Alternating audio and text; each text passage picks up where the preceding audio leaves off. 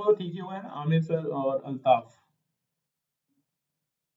मतलब ये लोग पुराने थे इसलिए मैंने उनसे पहले पूछा, नीरू पूनम और एक प्रभजोत, ये लोग रेगुलर हैं इसीलिए कि इनके लिए कंफर्टेबल है कि नहीं है।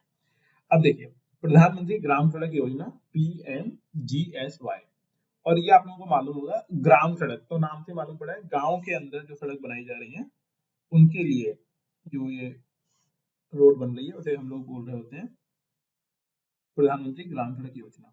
अब रोड बनाने का काम अलग अलग ग्रुप करते हैं ना, मैं एक बार थोड़ा समझाता हूँ बैकग्राउंड में। एक तो होता है जो नेशनल हाईवेज बने हुए होते हैं, और आई होप आप लोगों ने वो एनसीईआरटी पढ़ी होंगी, और उसमें आपको मालूम होगा कि जो नेशनल हाईवेज बनते हैं, नेशनल हाईवे किसको किससे कनेक्ट करते हैं? नेशनल हाईवे जो होते हैं ना, कंट्री की कैपिटल को स्टेट की कैपिटल से जोड़ते हैं, स्टेट कैपिटल, ये थोड़ा सा आपको याद भी होना चाहिए। वो होते हैं नेशनल हाईवे। फिर एक होता है स्टेट हाईवे, स्टेट हाईवे ये करते हैं स्टेट की कैपिटल को एक तरीके से डिस्ट्रिक्ट से जोड़ते हैं, जितने भी डिस्ट्रिक्ट होंगे ना उनसे कनेक्ट करते हैं। तो जो नेशनल हाईवे हैं उनको बनाने का काम करता है central PWD, CPWD, central public work department.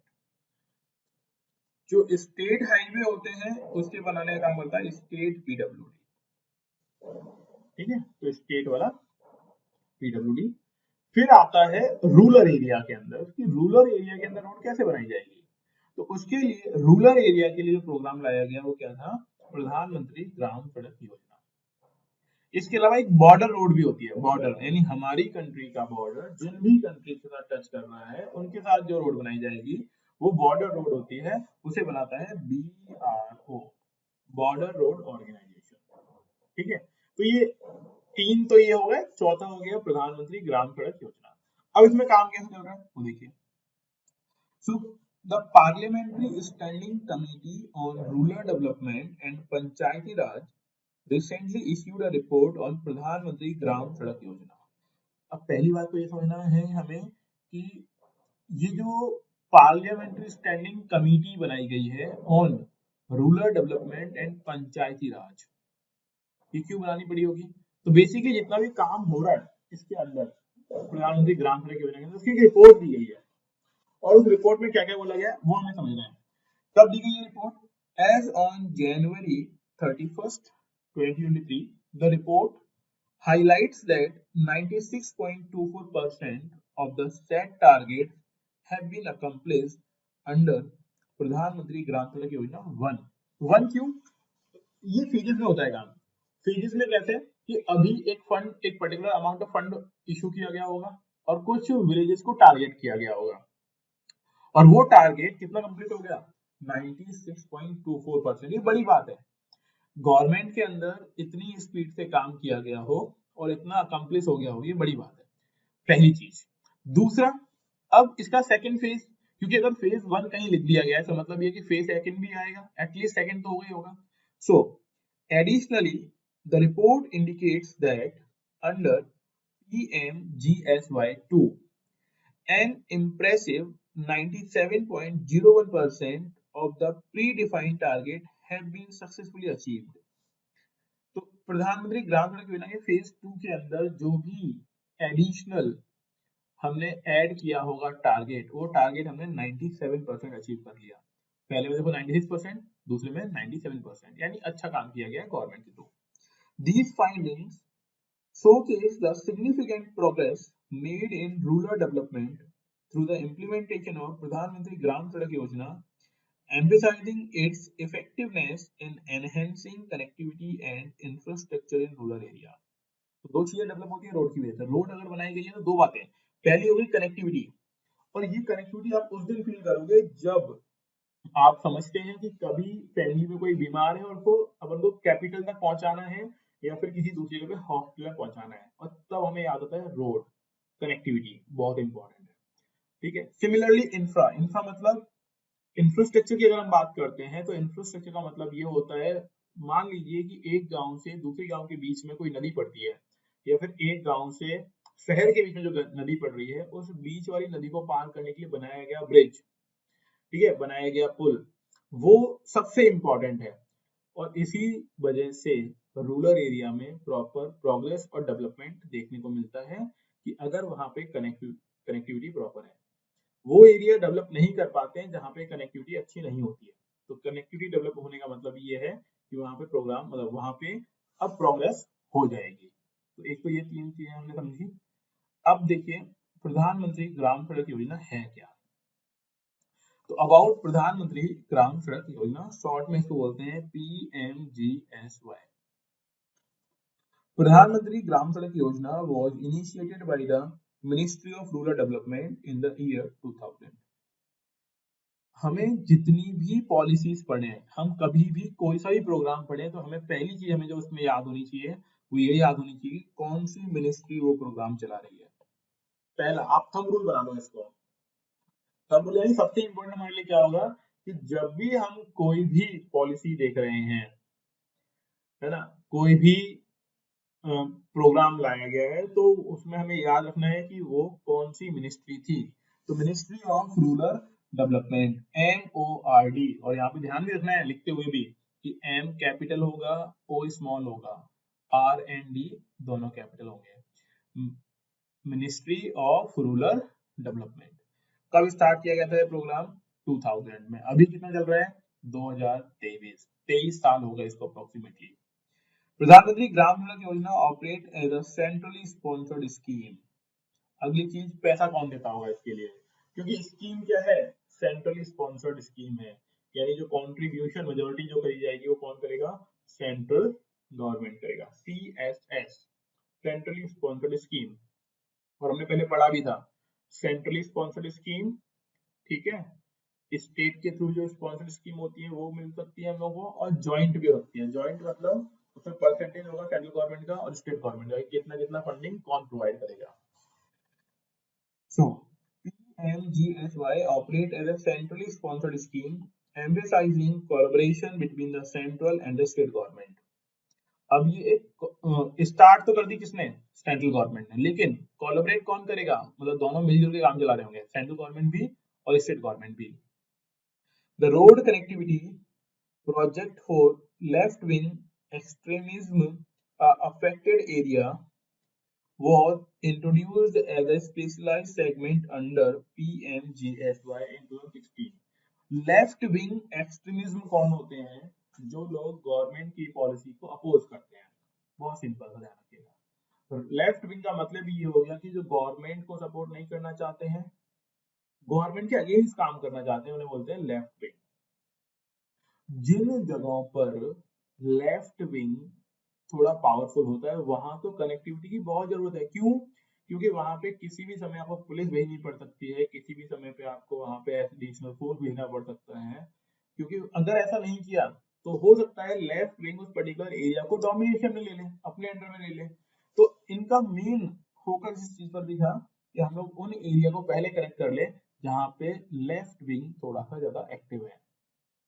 तो पहले एक तो चीज हो गई। दूसरा, the primary objective of RCPLWEA, इसका मतलब हो गया वही left wing extremist affected area, is to enhance connectivity in 44 districts affected by the left wing extremism across 9 states। तो सबसे मेन चीज हुई कि 44 डिस्ट्रिक्ट को, जो कि 9 अलग अलग स्टेट्स में पड़ती हैं, जहां पर लेफ्ट विंग बहुत ज्यादा एक्टिव है, उनको कनेक्ट करना। थोड़ा बहुत आपको याद होगा छत्तीसगढ़ वाला एरिया, मध्य प्रदेश का एरिया, नॉर्थ ईस्ट की स्टेट्स है ना, इसमें आती है। वहां पे आपको एक्सट्रीमिस्ट देखने को मिल सकते हैं, लेफ्ट विंग के लोग देखने को मिल सकते हैं। तो इनको कनेक्ट करने की बात की गई थी। To ensure effective implementation and monitoring the online management monitoring and accounting system was established as a mechanism for overseeing PMGSY। तो सिंपल सी बात है, आप जब भी कहीं पे भी रोड कंस्ट्रक्शन करवा रहे हैं तो मॉनिटरिंग करना, अकाउंटिंग। अच्छा, आज जो विशेष संकल्प यात्रा प्रोग्राम चल रहा है उसके बारे में, हाँ हाँ वो पूरा टॉपिक है। देखो हम चीज है ना पूरी पूरी बता देंगे। जितना भी करंट में जो भी काम चल रहा है ना सब कुछ कराया जाएगा, सारी चीजें देखनी यहाँ पे हो जाएगा। हम अभी सब्जेक्ट वाइज ले रहे हैं, पहले इकोनॉमिक्स, फिर हम लोग पॉलिटी ले लेंगे एंड देन ज्योग्राफी, क्योंकि हिस्ट्री में ऐसा कुछ करंट वाला पार्ट होगा नहीं है, बहुत रेयर रहेगा। तो ये सब कुछ आ जाएगा आपका, पॉलिटी और इकोनॉमी से सब कुछ मिल जाएगा आपको। तो देखिए यहाँ पे जब भी कोई प्रोग्राम स्टार्ट किया जाता है, चाहे गवर्नमेंट का हो या पब्लिक का हो, वहां पे सबसे मेन चीज जो हमें ध्यान रखनी होती है कि प्रॉपर मॉनिटरिंग होनी चाहिए और अकाउंटिंग। अकाउंटिंग का मतलब ये हुआ कि कितना मनी खर्च हो रहा है उस पर देख रेख रखना और प्रोग्रेस क्या चल रही है वो। और आज के टाइम में हम लोग जान रहे हैं ऑनलाइन मैनेजमेंट बहुत जरूरी है, क्योंकि हम उसको वर्चुअली एक्सेस करके देख सकते हैं कितना वर्क हो गया कितना नहीं हो गया, जिसमें अटेंडेंस से लेकर खर्चा कितना हो रहा है, वर्क कितना हो गया, वो सारी बातें। Then next है the National Rural Infrastructure Development Agency NRIDA। ये अब्रिविएशन जो होते हैं ना, फुल फॉर्म जिसकी हमें ध्यान रखता है, बस कुछ नहीं, यहाँ पे जो भी नाम दिया होता है उसको फर्स्ट लेटर ले लेते हैं और फिर कैपिटल में लिखते हैं। तो national rural infrastructure development agency, उसका नाम हो जाएगा NRIDA, played a crucial role in the execution of PMGY project with the state carrying out the work, and MORD मतलब ministry of rural development monitoring through NRIDA। कुल मिला के ये है कि मिनिस्ट्री भी ध्यान रखती है जितने प्रोजेक्ट चल रहे हैं, और स्टेट गवर्नमेंट का काम तो है ही, वो भी अपने एंड पर ध्यान रखा हुआ है कि कितना काम किस तरीके से चल रहा है। नेक्स्ट है इश्यूज क्या क्या है। इश्यूज इन इम्प्लीमेंटिंग PMGSY यानी प्रधानमंत्री ग्राम सड़क योजना को इम्प्लीमेंट करने में दिक्कत क्या है।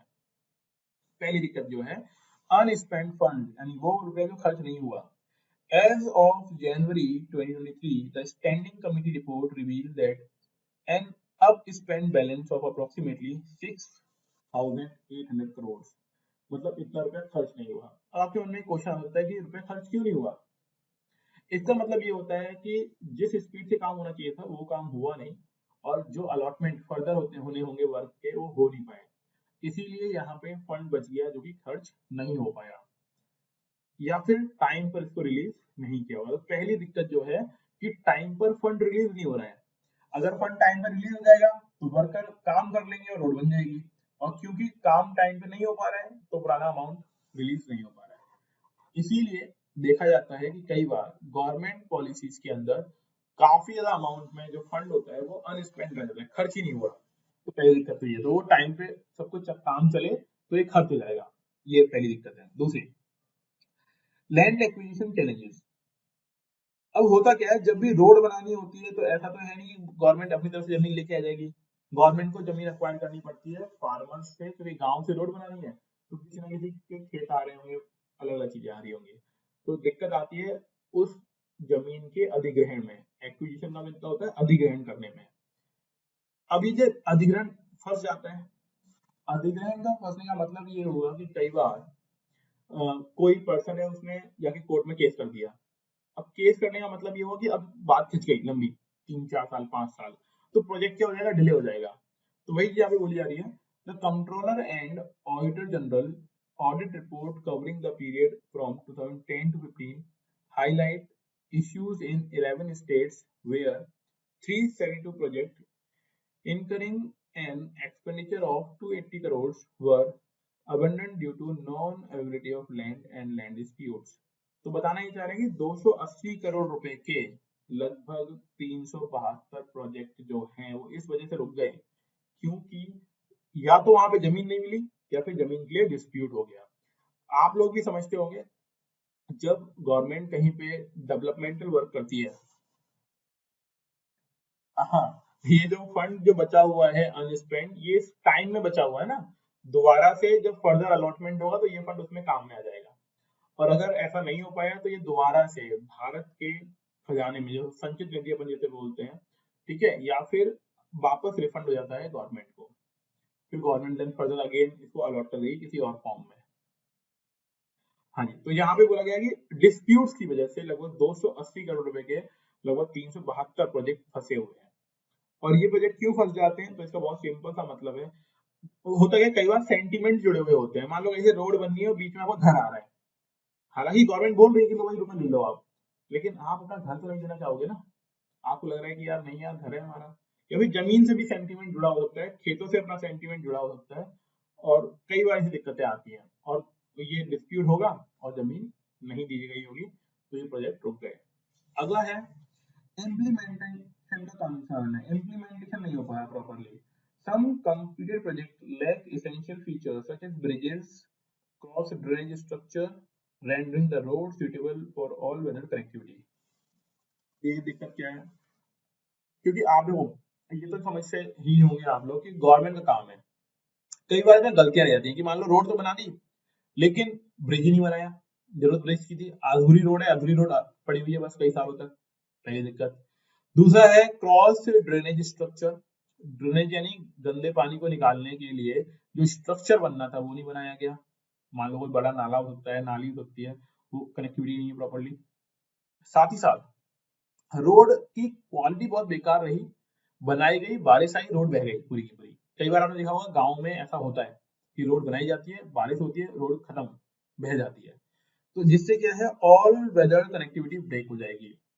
और क्योंकि अमाउंट भी खर्च हो गया, रोड भी नहीं बनी, रोड भी बनना बाकी रह गई और पैसे भी खर्च हो चुके हैं, वो टेंडर भी पूरा हो गया है।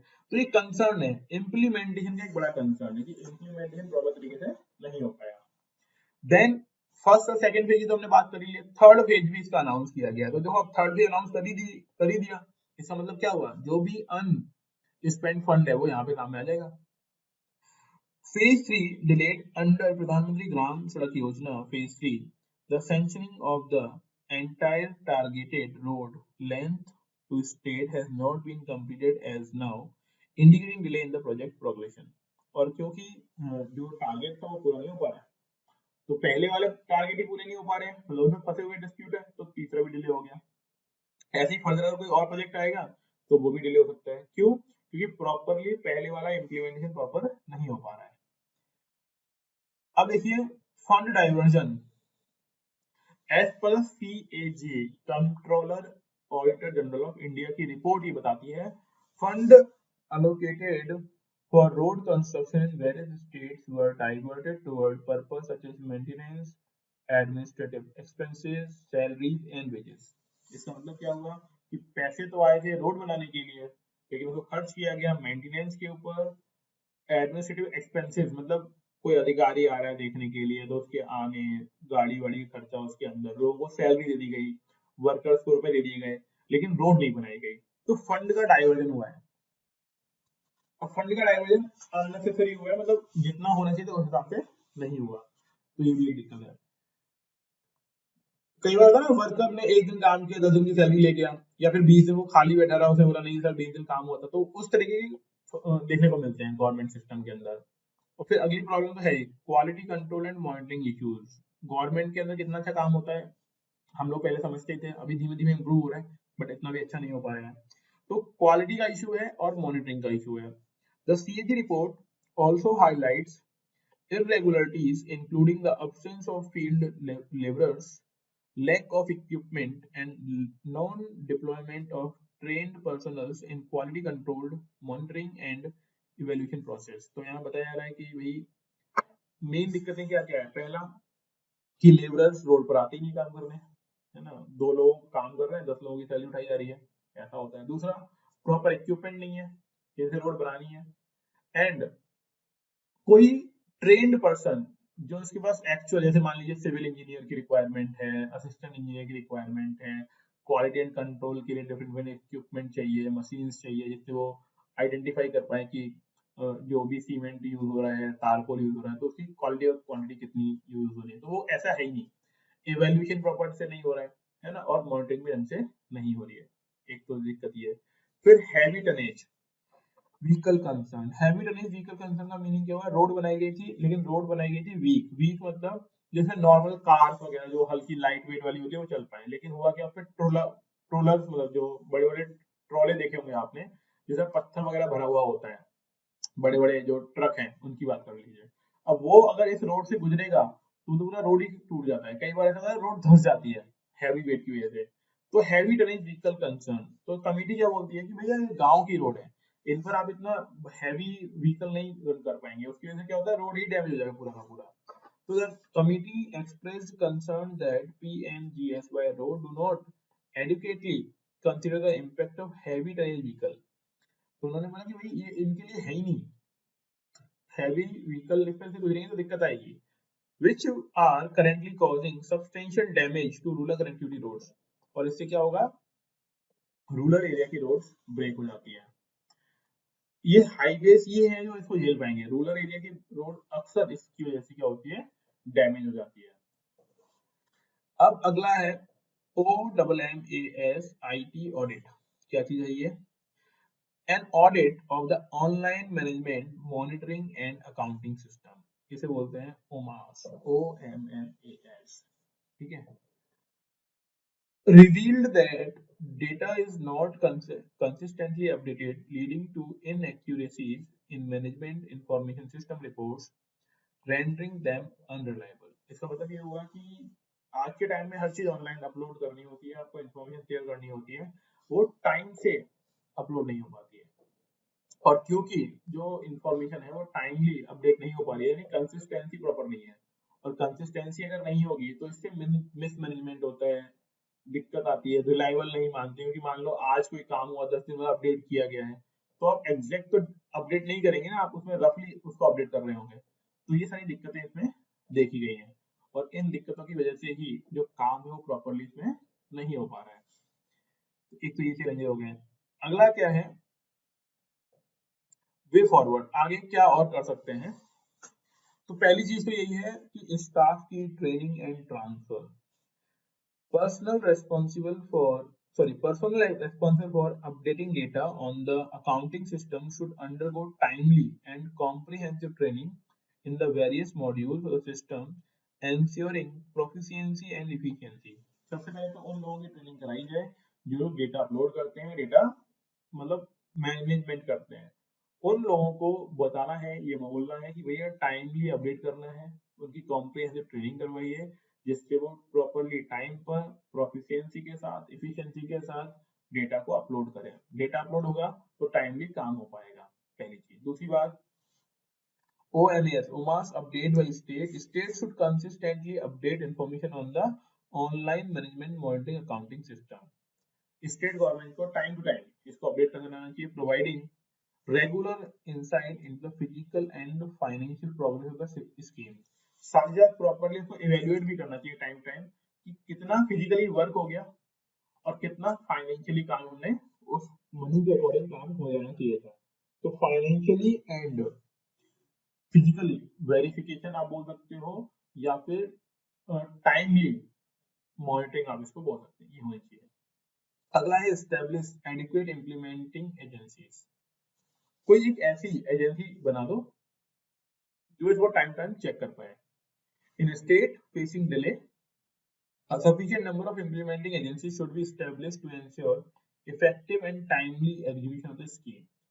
इफेक्टिव एंड टाइमली एग्जीक्यूट करने के लिए हमें कोई ना कोई स्कीम बनानी पड़ेगी जिससे कि काम टाइम पर हो पाए। अब तो ये बहुत टाइम पर हो रहा है करंट टाइम में। अच्छा, कौन है road and transport minister current time में, किसी को आइडिया है?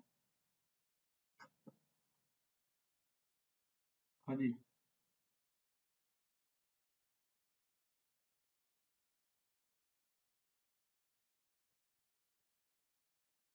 Any idea?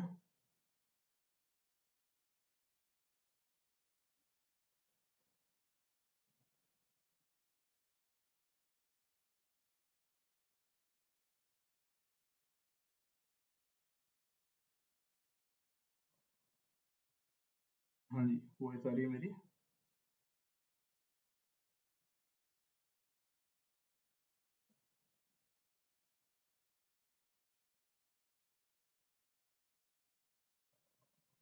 मेरी वॉइस सुन पा रहे हो?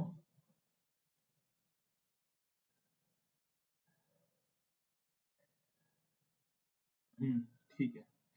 आगे देखिए, इफेक्टिव एंड टाइमली इसका एग्जीक्यूशन होना चाहिए, एग्जीक्यूट हो चीजें।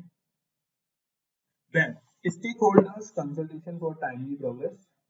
स्टेक होल्डर्स यानी जिनका इससे फायदा जुड़ा हुआ है, जैसे स्टेट गवर्नमेंट और central government. Prioritising stakeholders consultation is crucial to address issues like contracting capacity, raw material कितना available है, obtaining relevant clearance। This proactive approach is essential for a timely advancement of the scheme। यानी अगर हमें time पर programme को complete करना है तो आपको ये देखना पड़ेगा कि कॉन्ट्रैक्टिंग कैपेसिटी कितनी है, रॉ मटेरियल कितना अवेलेबल है, टाइम पर मिल जाए, टाइम पे काम होने लग जाए। हमें मतलब प्रोएक्टिव अप्रोच अपनानी पड़ेगी, यानी ऐसा नहीं हो कि जब कोई चीज खत्म हो गई है फिर उसका रिक्वायरमेंट जाएगी, फिर उसका अप्रूवल आएगा, देन वो बनाया जाएगा। वो सब कुछ नहीं होना चाहिए। तो प्रोएक्टिव अगर हम बिहेवियर करेंगे, हम मतलब गवर्नमेंट अगर काम करेगी प्रोएक्टिव तरीके से, तो ये टाइमली चीजें खत्म हो सकती है। इसके आगे बोला गया है। नेक्स्ट है क्वालिटी कंट्रोल सिस्टम को रिव्यू करना पड़ेगा। The ministry of rural development is recommended to conduct a comprehensive review of the quality control system to address implementation deficiencies in the प्रधानमंत्री ग्राम सड़क योजना। इम्प्लीमेंटेशन डिफिशियंसी से मतलब ये होता है कि काम को पूरा करने में कितनी चीजों की कमी है, उन कमियों को पहले पता लगा लिया जाए और उसको पता कैसे लगाया जाएगा, कोई एक सिस्टम बनाना पड़ेगा जो क्वालिटी पे ध्यान रख रहा होगा। Road thickness enhancement. रोड की थिकनेस क्यों जरूरी है? क्योंकि अगर रोड की थिकनेस कम होती है तभी तो वो जो हैवी व्हीकल गुजरते हैं तो उससे रोड टूट रही है। अगर रोड की थिकनेस प्रॉपर होगी तो अपने आप ही वो रोड चल रही होगी लंबे टाइम तक के लिए। तो इसके लिए the committee suggest an increase in the thickness of PMGSY road, यानी जितने भी रोड हैं प्रधानमंत्री ग्राम सड़क योजना में बनाई जाएंगी उनकी थिकनेस बढ़ा दो। कितनी बढ़ाने की बोली गई है?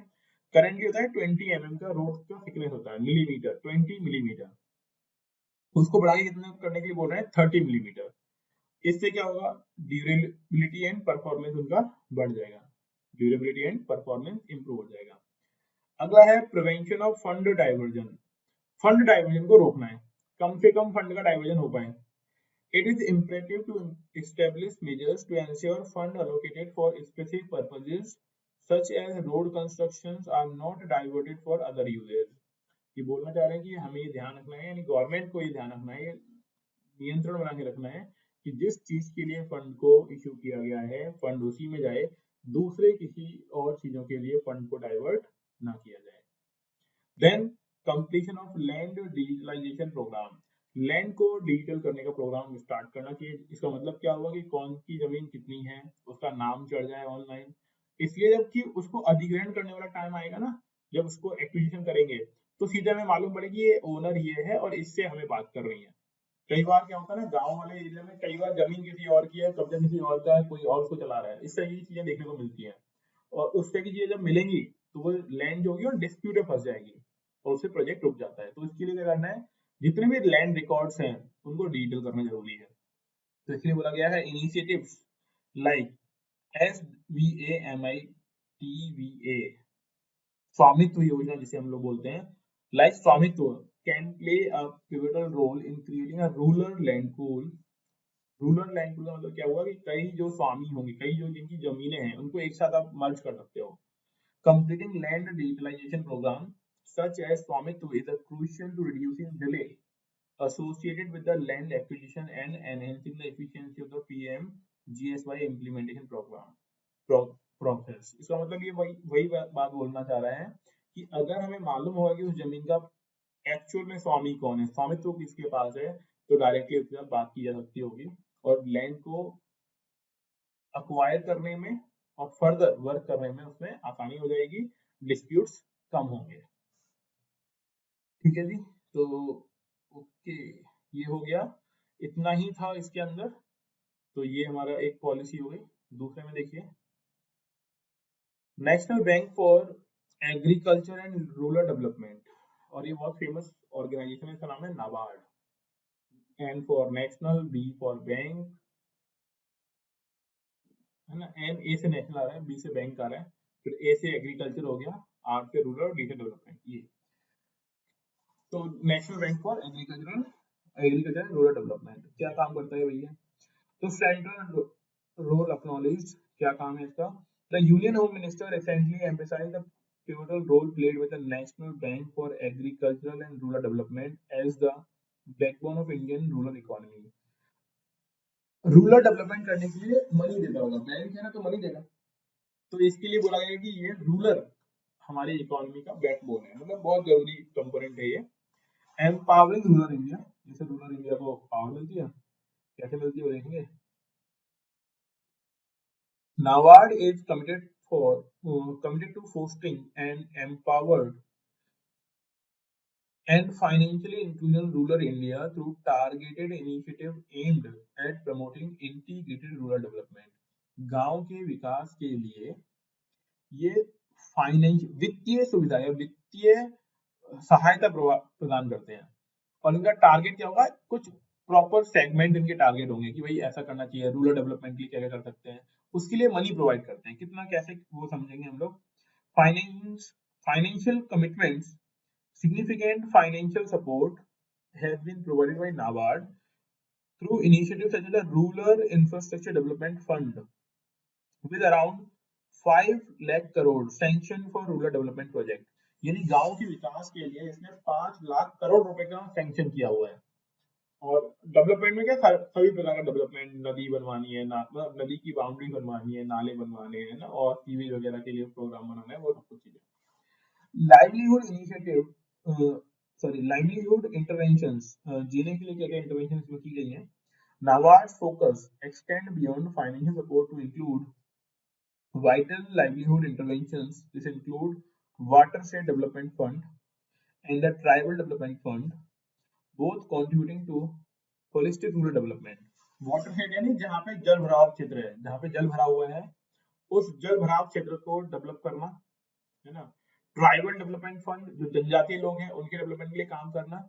इसका मतलब ये हो गया कि सिर्फ नाबार्ड फाइनेंशियल सहायता ही नहीं करता है, ये लोगों की जिंदगियों को या फिर एथिकल वर्क भी कर रहा है जिसमें लोगों की लाइफ बेहतर बन रही है। तो दो चीजें हो गई, फाइनेंशियल हेल्प तो है ही, साथ ही साथ जीवन को आरामदायक करने के लिए भी काम कर रहा होता है। फिर अगला है वाडी मॉडल इम्पैक्ट। ये क्या है। द वाडी model, a part of NABARD's interventions, has emerged as a crucial livelihood strategy, particularly benefiting the tribal population and contributing to their sustainable development। यानी जो जनजातीय लोग हैं उनके विकास के लिए और उनके डेवलपमेंट के लिए ये एक मॉडल लेके आए हैं जिसे बोलते हैं वाडी मॉडल इम्पैक्ट। बेसिकली ये हो गया जितने भी ट्राइबल लोग हैं ना उनके वेलफेयर की भी काम करते हैं लोग। अगला है सिग्निफिकेंट रीफाइनेंसिंग इम्पैक्ट। रीफाइनेंसिंग का मतलब हो गया दोबारा से मनी देना, मतलब एक बार मनी देने का दोबारा मनी देना, refinancing. Over the past 42 years, NABARD has played a pivotal role in rural economy development by refinancing a substantial amount totaling 20 lakh crore rupees। 20 lakh crore, मतलब बहुत बड़ा अमाउंट है। 20 लाख करोड़ समझ रहे हैं, मतलब 20 लाख यूं करके फिर करोड़ और बनाने अपन को तो कितना होगा, 3 जीरो फिर 2 जीरो फिर 2 जीरो और 1 जीरो, इतना बड़ा अमाउंट, इसे बोलते हैं 20 लाख करोड़। इतना फंड प्रोवाइड किया है। Refinancing involves obtaining a new loan to settle existing debt. अब इससे होता क्या है, दोबारा से नया लोन देते हैं पुराना लोन सेटल करने के लिए, मतलब ये बड़ी बात है, पुराना लोन सेटल करने के लिए नया लोन, इसे बोलेंगे refinancing.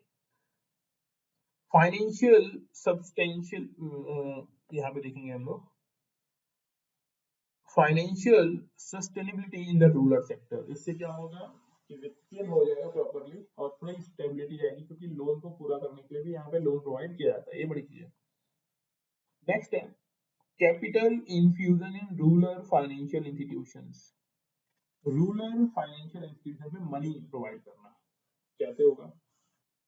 A noteworthy contribution of approximately 8 lakh crore, देखो यहाँ पे ना लाख करोड़ से कमी बात नहीं हो रही है, 8 lakh crore has been channeled into the rural economy by NABARD to support capital formation। This infusion aids in strengthening rural financial institutions। Rural financial institution को मनी प्रोवाइड की जाएगी। अब ये रूरल फाइनेंशियल इंस्टीट्यूशन का मतलब क्या हुआ, गांव में जो लोगों को लोन देने का काम करते हैं उन इंस्टीट्यूशन डेवलपमेंट के लिए भी काम करता है। अब क्या होते हैं, आरआरबी होते हैं, रूरल रीजनल बैंक्स, या फिर रूरल कोऑपरेटिव बैंक्स, है ना, रीजनल रूरल बैंक, इस तरह के इंस्टीट्यूशन को मनी प्रोवाइड करता है नाबार्ड। तो देखिए यहाँ पे नेक्स्ट पॉइंट ये है supervision of RCBs and RRBs. RCBs और आरआरबीज क्या है, NABARD assume a supervisory role. Supervisory यानी नियंत्रण रखना, देख रेख रखना, किन पर रखेंगे नियंत्रण देख रेख, आरआरबीज और आरसीबीज पे। क्या है ये, roll over rural cooperative banks and regional rural banks, ensuring effective oversight and governance in these key financial entities। की फाइनेंशियल एंटिटीज, क्योंकि ग्रामीण क्षेत्रों में लोगों को रुपए देने का काम यही ग्रुप करते हैं। है ना, यही वो इंस्टीट्यूशन हैं जो ग्रामीण क्षेत्र में लोगों को रुपए प्रोवाइड कर रहे होंगे, लोन दे रहे होंगे। Diverse credit delivery system, credit मतलब लोन देने की कैपेसिटी या फिर लोन, लोन प्रोवाइड करते हैं ये लोग अलग अलग फॉर्म में। कैसे?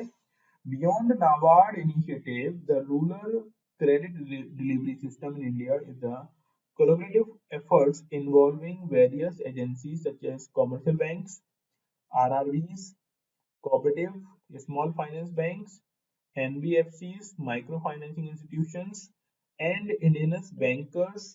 Together, they contribute to the comprehensive financial support for rural development. जो कौन कौन है?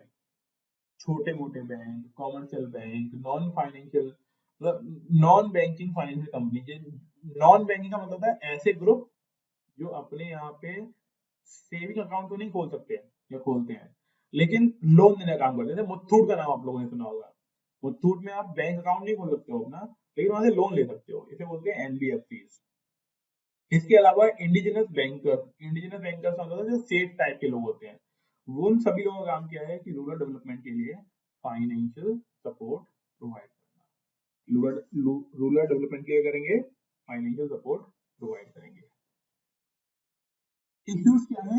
Issues in the current institutional rural credit system, अभी के टाइम में ग्रामीण इलाकों में लोन प्रोवाइड करते हैं तो दिक्कत क्या है? पहली देखो, regional credit disparity and differences, अलग अलग जगहों पे अलग अलग तरीके से लोन प्रोवाइड किया जा रहा है।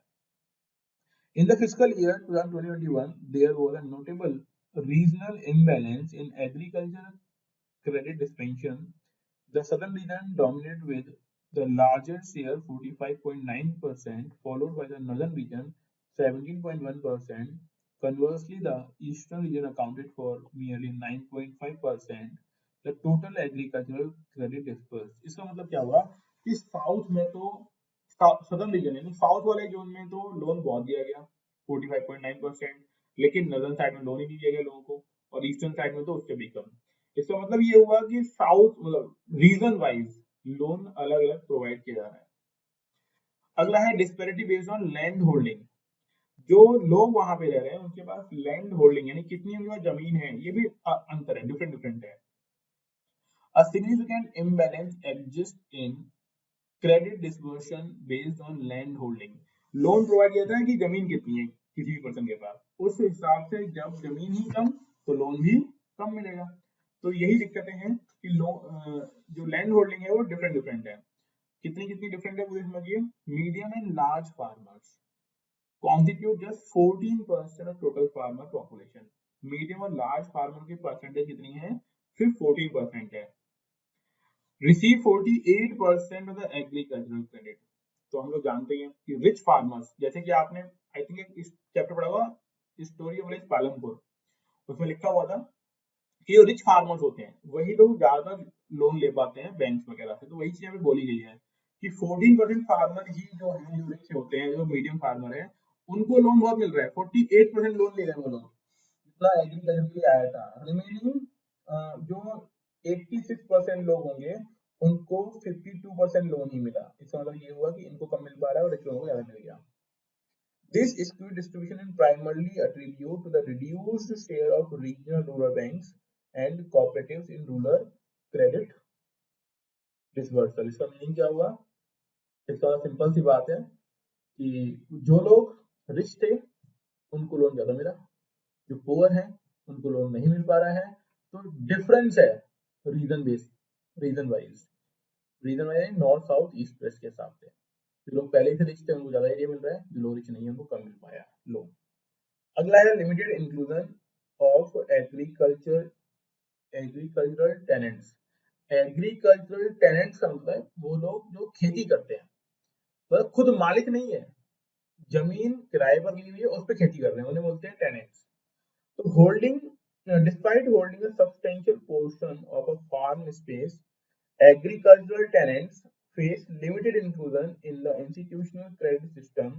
This exclusionary trend hamper their access to credit, contributing to the overall challenges faced by small and marginal farmers. तो होता क्या है, दिक्कत क्या है कि जो लोग रिच है बट उन्होंने जमीन दी हुई है अपनी किसको। मेरी वॉइस आ पा रही है आप लोगों को प्रॉपरली? हाँ जी, मेरी वॉइस आ पा रही है विदाउट ब्रेक? ठीक है। हाँ जी, जो रिच है ना उनके फार्म पर पुअर लोग काम कर रहे हैं क्योंकि वो वर्क कर रहे हैं तो उनको लोन नहीं मिल पाता है। लोन कितना मिलता है, उनकी जमीन किसके नाम होती है। इन लोगों को लोन मिल ही नहीं पाएगा तो दिक्कत है इनके लिए। तो यही इश्यूज है लोन के रिगार्डिंग। अगला है gender disparity in credit access. Gender disparity से मतलब हुआ कि फीमेल को कम, मेल को ज्यादा मिल पा रहा है लोन, वो सब बातें हैं। तो देखिए यहाँ पे world bank Findex data reveals a stark gender disparity in credit disbursement, with only 5% of Indian women having access to bank credit. सिर्फ 5% फीमेल्स को लोन मिल पा रहा है बैंक से। This point to a significant gap in financial inclusion for women in India. और यही सबसे बड़ा दिक्कत है फाइनेंशियल इंक्लूजन के रिगार्डिंग हमारी कंट्री के अंदर। Bureaucratic hurdles and red tape, इसका मतलब क्या हो गया, लाल फीताशाही, यानी जो सरकारी कर्मचारी हैं उनके थ्रू भी आम लोगों को आसानी से लोन नहीं मिल पाता है। वो टेबल टू टेबल एक कल आना इस तरीके से करता रहते हैं, डॉक्यूमेंटेशन वगैरह की दिक्कत है। तो credit institutions commonly impose intricate rules and formalities in the loan. तो बहुत सारी रूल्स और रेगुलेशन होंगी, बहुत सारी फॉर्मेलिटीज होंगी लोन के लिए। Disbursement process for farmer, this bureaucratic complexity becomes a hurdle, indirectly compelling farmers to rely more on expensive non-institutional source of credit due to the challenges posed by formal financial channels। बहुत सारा documentation, ठीक है, बहुत सारी formalities, इसकी वजह से आम लोग जो हैं वो लोन ले लेते हैं इनफॉर्मल सोर्स से। और ये अगेन आपने पढ़ा है 9th to 10th क्लास के एनसीईआरटी के अंदर, फॉर्मल क्रेडिट और इनफॉर्मल क्रेडिट। इनफॉर्मल सोर्स क्या होते हैं, साहूकार हो गए, लैंडलॉर्ड हो गए, फ्रेंड्स, रिलेटिव्स या कोई मनी लेंडर, उससे लोन ले लिया जाता है बैंक की बजाय। और फिर वहां पे दिक्कत होगी और वो डेट ट्रैप में फंस जाएंगे। ठीक है, अगला है वे फॉरवर्ड, आगे क्या करना चाहिए। तो पहला है promoting land lease market, land को लीज पर देने की चीजों को प्रमोट किया जा रहा है। Encouraging state government to align their legal framework with the model land leasing act proposed by NITI Aayog can enhance formal lending to tenant farmer. इसमें होगा क्या, जो काम कर रहा है दूसरे के खेत पर, उस टेनेंट को लीज पे दे देंगे वो जमीन, तब वो आराम से लोन ले सकता है। एज रेंट, तो वो रेंट पर है तो लोन नहीं ले पाएगा, लेकिन लीज पर है तो लोन ले सकता है वो। The computerization of land records is crucial for providing information and facilitating the efficient functioning of such markets। और फिर प्लस उसको डिजिटल कर दो कि किसके पास अभी लैंड होल्डिंग है, उससे भी थोड़ा इफिशियंट हो जाएगा सिस्टम। दूसरा है रीजनल डिस्पैरिटीज जो हैं, अलग अलग एरिया में अलग अलग दिक्कतें जो हैं उनको एड्रेस करना है, एड्रेस यानी पता लगाना। To mitigate यानी कम करने के लिए regional disparities, there should be a gradual increase in the allocation of Rural Infrastructure Development Fund RIDF में थोड़ा मनी देना है in central, eastern and north eastern states। This step aim to boost the rural infrastructure and promote equitable development across different regions। यानी जो पिछड़े हुए क्षेत्र हैं उन पिछड़े हुए क्षेत्रों को मनी देकर उसको डेवलप करना है, जिससे वो भी आगे बढ़ पाए, वो भी काम आगे, मतलब वो भी चीजें इक्वल कर पाए जो बाकी एरिया में हो रहा है। Then credit guarantee scheme, loan की गारंटी होनी चाहिए। Introducing a credit guarantee scheme modelled after the credit guarantee fund trust for micro and small enterprises can facilitate collateral free loan for tenant farmers। Such a scheme acts as a safety net, encouraging financial institutions to extend credit to this segment। अब बात क्या बोली जा रही है कि भाई ऐसा करो, जो लोग टैलेंट हैं उनके लिए भी लोन प्रोवाइड किया जाए, माइक्रो और स्मॉल एंटरप्राइजेस को भी लोन प्रोवाइड किया जाए, वो भी कैसा, कोलेटरल फ्री। कोलेटरल मतलब है गिरवी, बिना कोई सामान गिरवी रखे उनको लोन दिया जाए। अगर ऐसा हो जाएगा तो डेफिनेटली उनकी लाइफ बेहतर हो सकती है और इस सेगमेंट में लोन मिलने से और बेहतर चीजें पॉसिबल है। And holistic rural development, holistic यानी सभी फील्ड में ओवरऑल डेवलपमेंट करना है हमें रूरल एरिया का। To enhance the overall credit system, efforts should extend beyond financial measures. Infrastructure development, leveraging digital technology for internet, mobile banking, promoting digital payment system play a vital role in improving the efficiency and penetration of the credit system in rural area. मतलब वही है कि net banking promote करो, UPI system promote करो, बताओ लोगों को कि किस तरीके से आप ऑनलाइन यूज कर सकते हैं, क्रेडिट ले सकते हैं, बैंक यूज कैसे करना है, मोबाइल कैसे यूज करना है, मोबाइल बैंकिंग कैसे यूज करनी है, वो सब चीजें बतानी है। गांव के लोग सीख जाएंगे तो डेवलपमेंट बेटर हो पाएगा। ठीक है, तो इतना ही रखते हैं। आई थिंक ये 2 टॉपिक हो गए हमारे। इसकी पीडीएफ आप लोगों को गिवन है, एक और पीडीएफ पढ़नी है, याद करना है। कल फिर 10:30 पर आएगी हमारी क्लास। कोई भी डिफरेंस होगा तो मैं मैसेज कर दूंगा, बट मोस्ट प्रोबेबली क्लास का टाइम 10:30 रहेगा, मंडे टू फ्राइडे। ओके, तो नीरू, पूनम, स्नेहा जाग रहे हो या सो गए?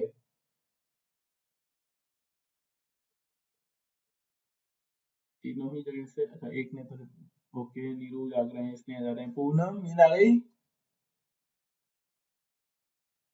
प्रभजोत, अल्ताफ, ठीक है। कुछ लोग जाग रहे हैं, कुछ लोग सो गए हैं, बट कोई नहीं, ठीक है।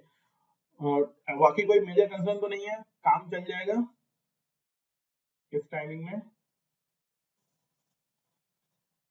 ठीक है जी, फिर मिलते हैं हम लोग। Okay Neeru, okay then, good night everyone, मिलते हैं कल।